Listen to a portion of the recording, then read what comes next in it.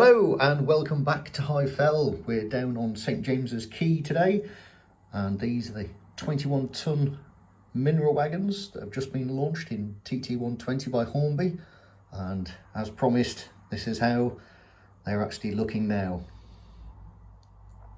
So this is just going to show you how I've weathered these to get that more typical look of a coal wagon that would spend most of its life getting rattled around. Minimal service. They were designed to basically go quite a long time between servicing. They'd have a fairly rough life. Coal is quite corrosive, particularly on mild steel, and so these would get rusty very quickly, not just on the outside where the paint gets trimmed off, but particularly on the inside where they're just having whole piles of coal shot into them all the time and then obviously unloaded. So a couple of people have said with these wagons that they bit not disappointed, but sort of said, well, you know, they look a little toy-like, or they don't look too detailed. And this is going to show how you can bring out the detail that's actually there using some weathering. It's a much easier technique than you might imagine, and I'm going to show you how I did it. Here we are at the modelling mat on the dining table, and just perhaps have a little bit of a better look. Maybe that last one wasn't too much in focus on some of the close-up shots. And you see it's quite shiny, the finish on these, and it is quite difficult to make out some of the detail. Remembering that these wagons were made in pressed steel, welded together, so there's not a tremendous amount of detail. They're quite slab-sided, and then you've got the strengthening ribs down the sides. But as you look closer, you can see, but you can hardly make out that there are rivets on the door guides down here.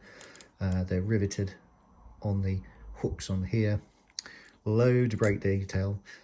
These are the ones that are in bauxite, so that's the colour of the paint used to paint these. And British Rail used that to differentiate between fitted and non-fitted. And fitted meaning it's got train brakes, and these were vacuum operated, so there's the vacuum cylinder, and here's all of the linkage. There's also the handbrake link bars on here, which are shown all of the brake shoes.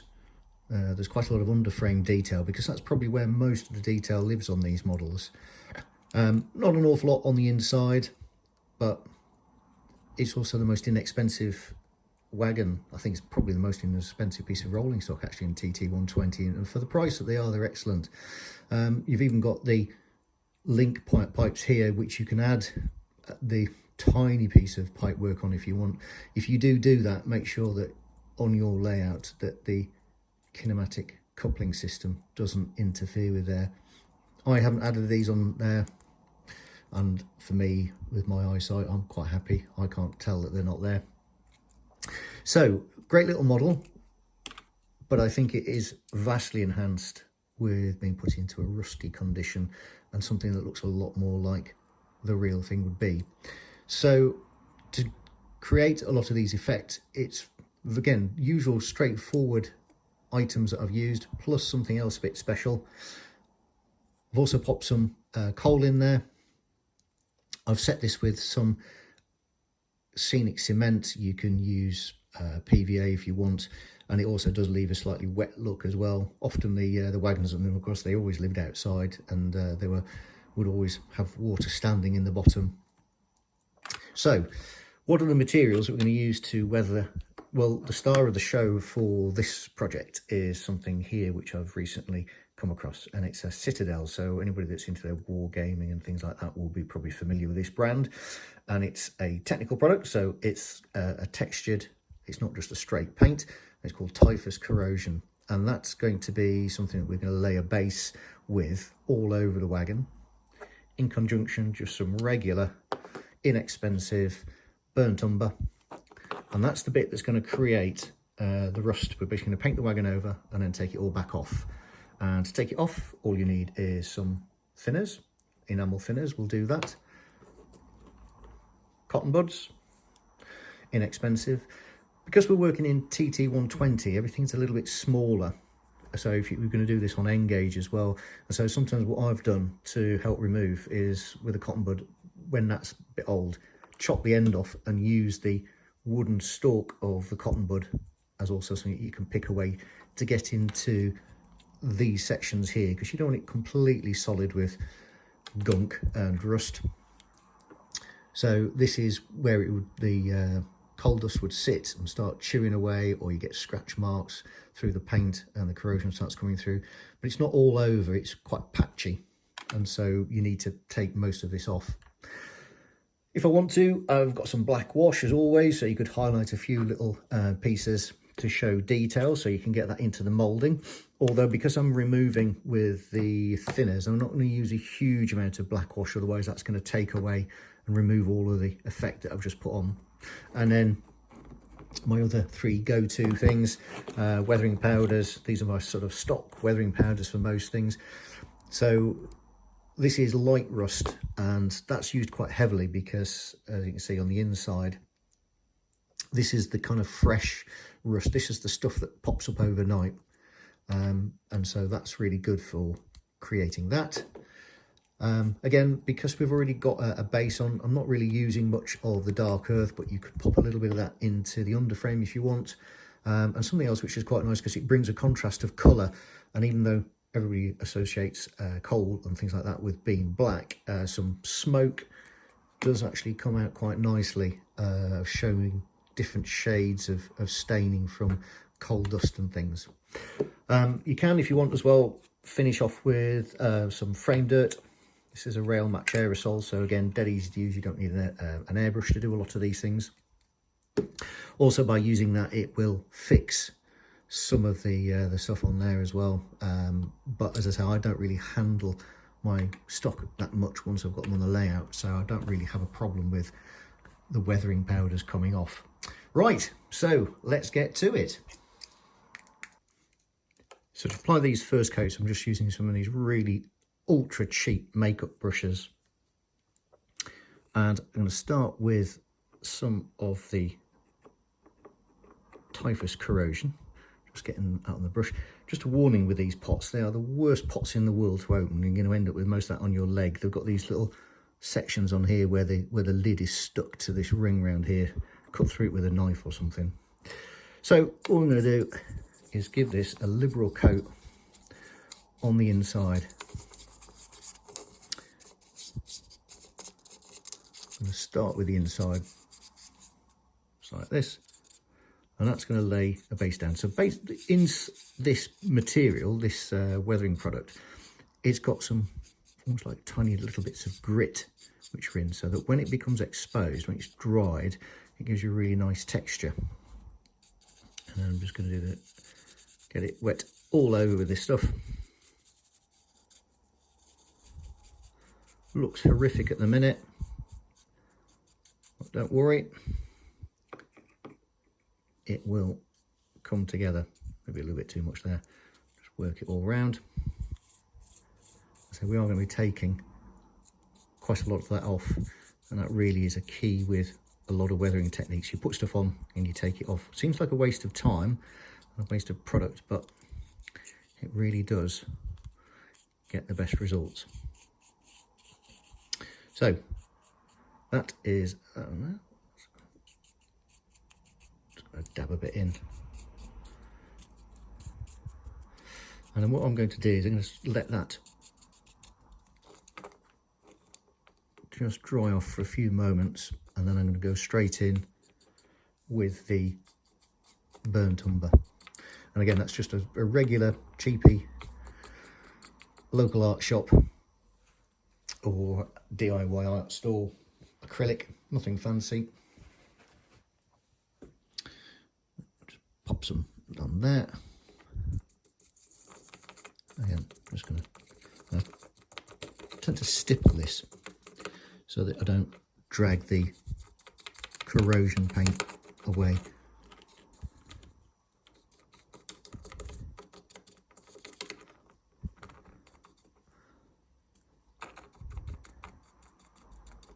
If you find doing this to a piece of rolling stock that's brand new distressing, play on words there, then look away.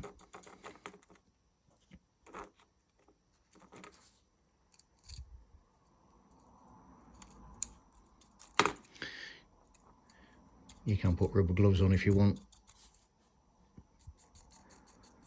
or you can just wash your hands after you've done it.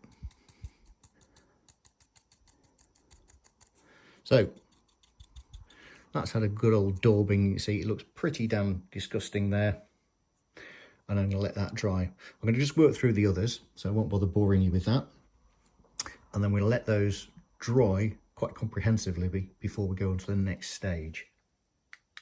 So here we are, the wagons are virtually dry, just a couple of little bits of moisture in the inside, but you can start to see, if I catch the light on it, where you've got this rough textured finish, even though it went on quite splodgy and quite thick as the liquid has dried off from it.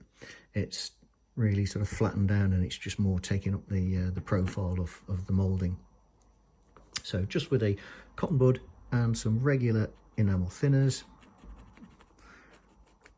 just gonna put a bit of thinners on there, and then use a dry cotton bud just to swap over to, and start knocking this back to a level that I'm happy with. Cut the end off this one so I can get in a bit closer. If you're working in the smaller scales, you find that sometimes you need to do that. I think a regular cotton bud works pretty okay in 00. And this technique can be used on anything where you'd get significant amounts of corrosion. Last time I did some weathering and shared it, it was on tank wagons, and they tend to weather slightly differently. They didn't really corrode so much, although I suppose you could use some of this in localised spots. So rather than plaster it all over, you might just want to highlight a few parts and manipulate it with the thinners that way. So just take your time, remove as much or as little as you want. I find by using a rolling technique with the cotton bud, it leaves random patches. If you get this too wet and just work up and down, you're going to take the whole thing off. But if you do decide that's what you want to do and take all the weathering off, you should be able to pretty much get most of it off. This is an ideal type of thing to start with because they're relatively inexpensive, and the technique allows quite a lot of scope. So you don't need to be too fussy on how it's look. It's what you're happy with. Take a look at some library pictures. So plenty of photographic material available now on things like on YouTube. Also just search on various search engines. Magazines, books, online is probably the easiest these days. And I'll just show you how things used to weather, and whether you're going for something that's at the beginning of its service life, so it's got low levels of corrosion, or if it's something that's been heavily used. Certainly up in the northeast of England, coal wagons were the staple transport. Coal was the biggest thing transported on rail by a long way for many, many years. So same down in Wales, across in Scotland, Midlands. So really useful wagon for any area that you might be trying to replicate. Right, and there we go. So it's got this very patchy look, and there's various grot and grime that's built up in the recesses. I'll just knock it back a little bit more. If you end up with a few edges of it sticking up, just use a brush, give it a wipe over, and sometimes you can end up with a little white residue, and all that is, it's the texture in the corrosion paint. And just a regular paintbrush, you can wipe that off. It won't flatten it out, it still leaves the marks, and so you end up with something like along here. I'm just gonna just take a bit more out of there. I'm gonna use that just to open this bit up in here.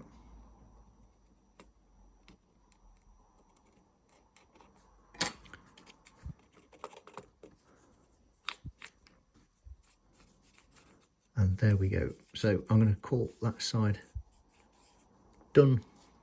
So we've gone from something that was like that and taken quite a lot of it off, and it's left us with the basics of our corrosion. So I've got a couple more to do. I'm going to do a similar thing on the inside as well. I'm not going to bother touching the floor. I'll show you how I do it on the inside. So I'm just going to roll it all across on the inside, and then without getting it on the floor of the wagon, I'm going to wipe it, and then I'll later on use light rust on here. We'll pop some bits of coal in. As I say, I'm also going to show you how to do a nifty little load system as well. So the inside would be carrying quite a lot of corrosion. It's nice just to get a change in the shades.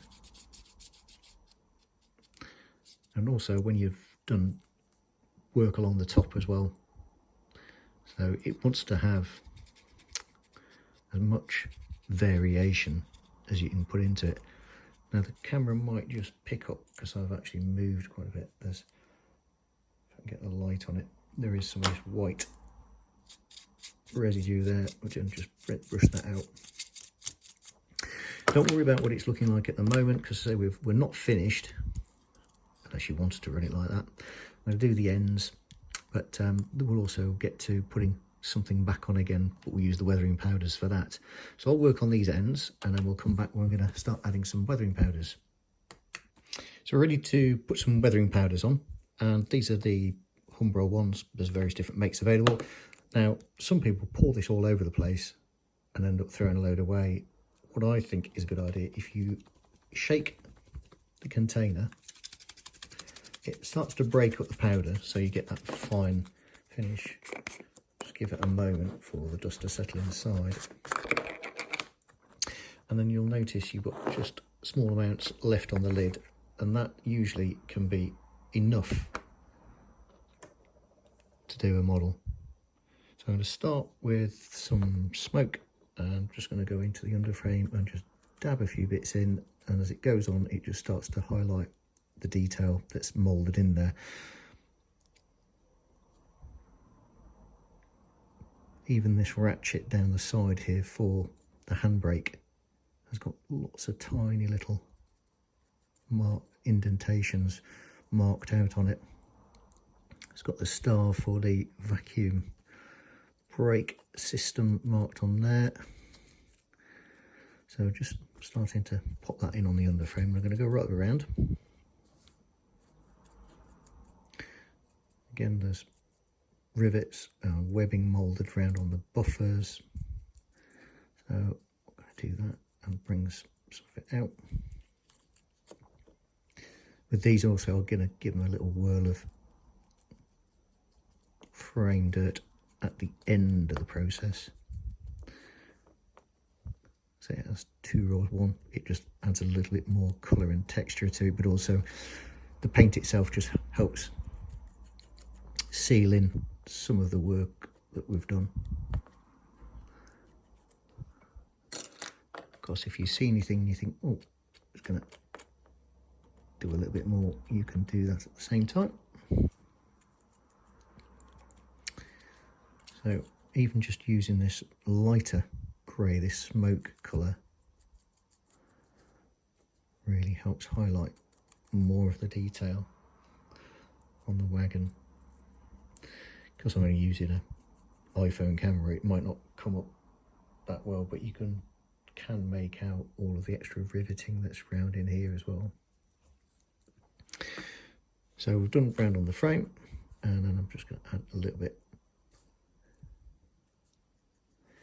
And what I've noticed is, because you've had things all over this and thinners, etc., it does help the weathering powder stick.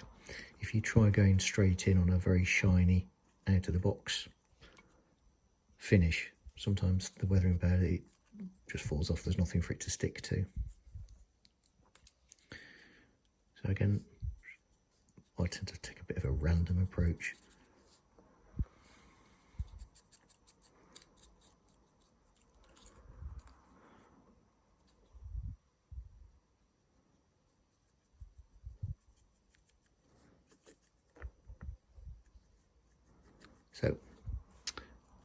nearly round there.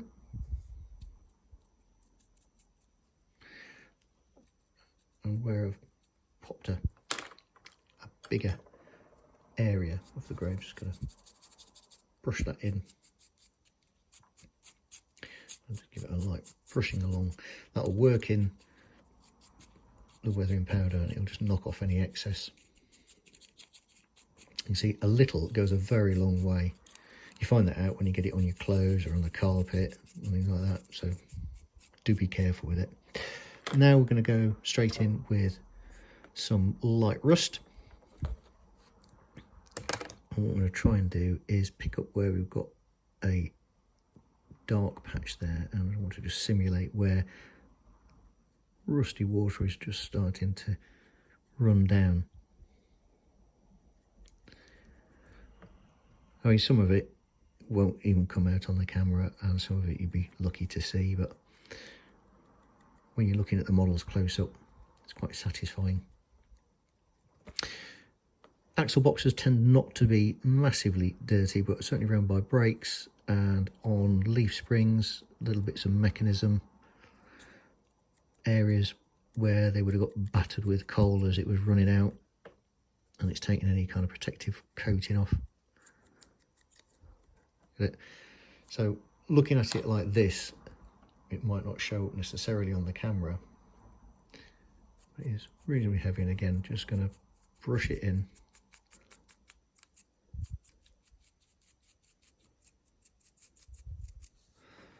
And that is just the process, and all of a sudden you can see by using different colours it really brings out all of this extra moulding that someone's gone to the trouble of designing. It's being produced, it's there. It's just one of those quirks that when they come straight out of the box you just really struggle to see, but that's, I suppose, the same with any scale model. I'm just going to run some down these sides. Because this paint, corrosion paint, has got texture as well, that also works really well at grabbing the powder.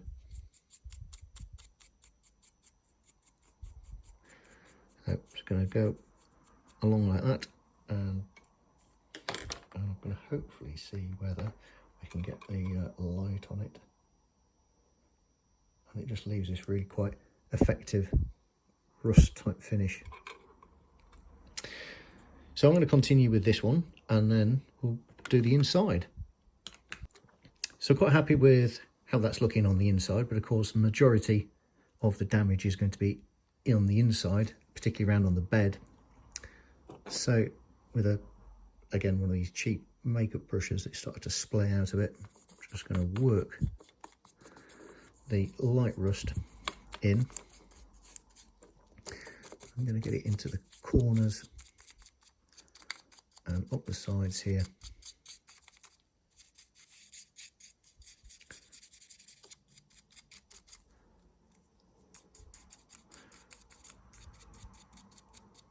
Something I've noticed, a bit frustrating, if you look at a lot of the cine and video footage from years gone by, so many of the people who filmed stuff back in the day, they concentrated on the locos, but frustratingly they missed quite a lot of the wagons. It was always interesting to see what's coming along elsewhere, but I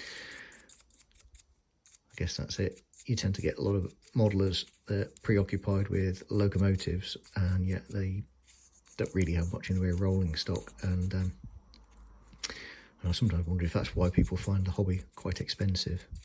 Anyway,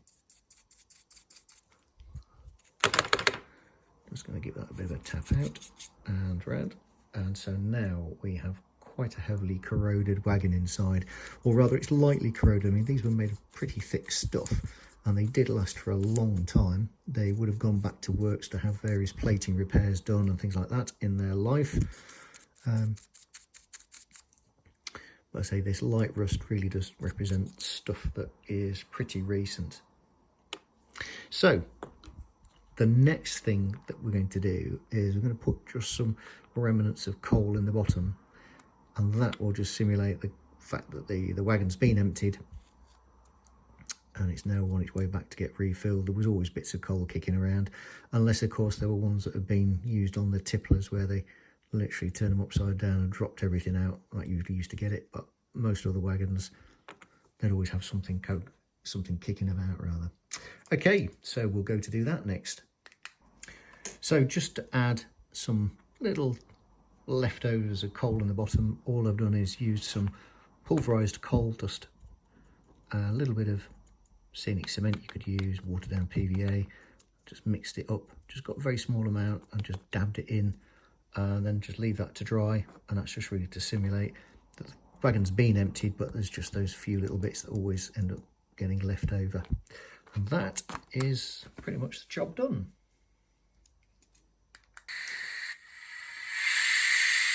So there we have it. That's how I have weathered these fantastic TT 120 21 ton mineral wagons. I have to say thank you very much to all those people who've gone before on YouTube and inspired me with products and techniques. That's what the hobby is all about. It's all about sharing information and enjoying the hobby. So like and subscribe. Please feel free to share. Try your own ways of doing it. But above all, as always, keep safe and happy modelling.